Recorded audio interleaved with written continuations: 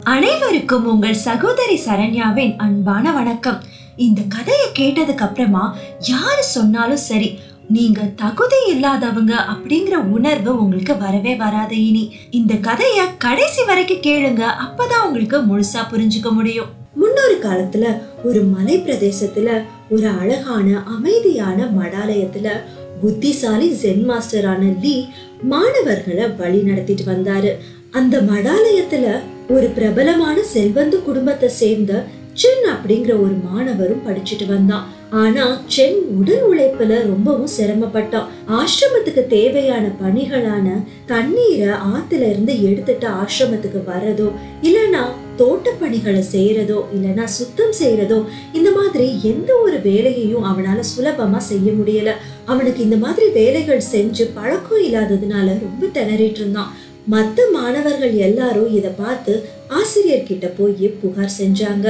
Master, Sen செய்யற வேலைகள் எதுவுமே எங்களுக்கு உதவி செய்யறது கிடையாது.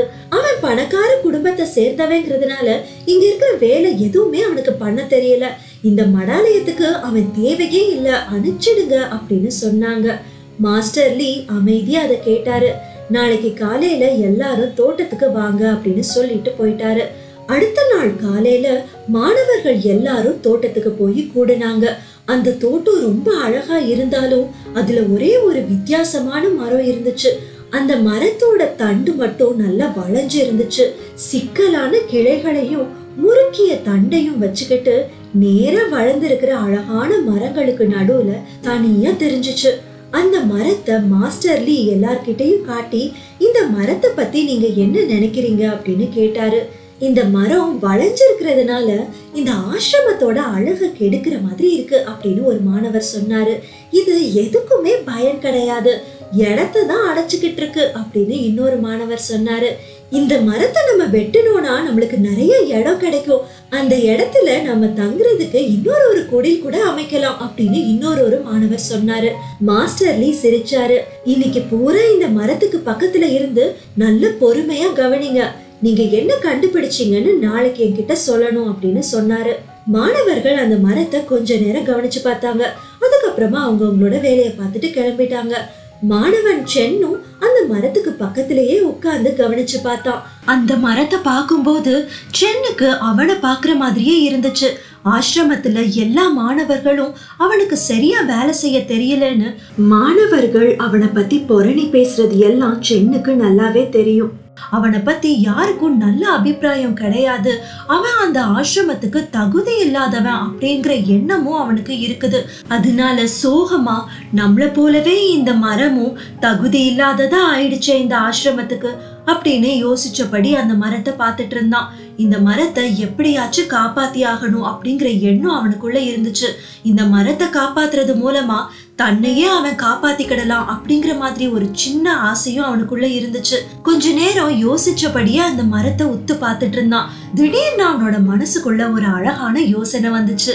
அந்த சந்தோஷத்தோட அவனும் தூங்க போயிட்டான். அடுத்த நாள் காலையில குரு வந்து கேட்டாரு, நீங்க என்ன கண்டுபிடிச்சிருக்கீங்கன்னு சொல்லுங்க அப்படின்னு சொன்னாரு. மாணவர்கள் எல்லாரும் புதுசா எதுவும் கண்டுபிடிக்க முடியலன்னு அமைதியா இருந்தாங்க. சென் தயங்கிக்கிட்டே சொல்ல ஆரம்பிச்சான். மாஸ்டர், இந்த மரம் பயனற்றது கிடையாது, அதோட தண்டு வளைஞ்சிருந்தாலும் ரொம்ப பலமா இருக்குது. இதுல கயிறு கட்டி ஊஞ்சல் அமைக்கலாம், கிராமத்து குழந்தைங்கள்லாம் மகிழ்ச்சியா வந்து விளையாடுவாங்க. இந்த மரத்தோட நிழல் பகுதி தியானத்துக்கு சிறந்த இடமா இருக்கும். இந்த மரத்தோட வேறு நம்மளோட மடாலயத்தை பாதுகாக்குது, நிலச்சரிவை தடுக்கிறதுல முக்கிய பங்கு வசிக்குது அப்படின்னு சொன்னாரு. மத்த மாணவர்கள் எல்லாருக்கும் அந்த மரத்தை பத்தி ஒரு நல்ல அபிப்பிராயம் கூட இல்ல. சென் இதெல்லாம் சொன்னதை கேட்டு அவங்க வாய் அடைச்சு பார்த்துட்டு இருந்தாங்க. மாஸ்டர் மத்த மாணவர்களை பார்த்து சொன்னாரு, சென், நீங்க பார்க்காம விட்டதை கண்டுபிடிச்சிருக்கிறோம். இந்த மரம் மத்த மரங்களை போல நேரா வளரலனாலும் இதுக்குன்னு தனிப்பட்ட மதிப்பு இருக்குது. நம்மளோட மடாலயம் மலை சாரல்ல இருக்குது. இந்த மரம் இல்லைன்னா நிலைச்சரிவு வந்து நம்மளோட மடாலயத்துக்கு ஆபத்தை ஏற்படுத்தி இருக்கும். நீங்க பயனற்றதுன்னு நினைச்ச இந்த மரம் தான் இந்த இடத்துக்கு ரொம்ப அவசியமானதா இருக்குது. அதே போலதான் சென்னோட உடல் உழைப்பும் மிகுந்த திறமை இல்லாதவனா தோன்றினாலும் கூட அவனோட நேர்மறையான சிந்தனையும் கருணையுள்ள உள்ளமும் இந்த மடாலயத்துக்கு ஒரு தனி வரம் அப்படின்னு சொன்னாரு. அதை கேட்ட மாணவர்கள் அவங்களோட அவங்களோட தவற உணர்ந்தாங்க. சென் கிட்ட மன்னிப்பு கேட்டுக்கிட்டாங்க. அதோட அவனுடைய தனித்தன்மையான திறன்களை மதிக்க ஆரம்பிச்சாங்க. சென் அவனோட படைப்பாற்றலை வச்சு மடாலயத்தை ஒரு மகிழ்ச்சியான இடமா மாத்துறதுக்கு உதவி செஞ்சான். அந்த வளைஞ்ச மரத்துல ஒரு ஊஞ்சல் அமைக்கிறதுல இருந்து ஆரம்பிச்சான். நம்மளோட வாழ்க்கையிலையும் நம்ம பார்த்தோம்னா ஒவ்வொரு மனிதனுக்குமே குறைகளும் இருக்கும், நிறைகளும் இருக்கும். யாரெல்லாம் தங்களோட குறைகள்ல அதிக கவனம் செலுத்தி வருத்தம் அடைகிறாங்களோ அவங்களுக்கு தான் இந்த வேலையை செஞ்சு முடிக்கிறதுக்கு நம்ம தகுதியானவங்க தானா அப்படிங்கிற ஒரு சந்தேகம் எழும். வளைஞ்ச மரத்தை போல ஒவ்வொருத்தருக்குள்ளயும் ஒரு தனிச்சிறப்பு இருக்குது அப்படிங்கறத நம்புங்க.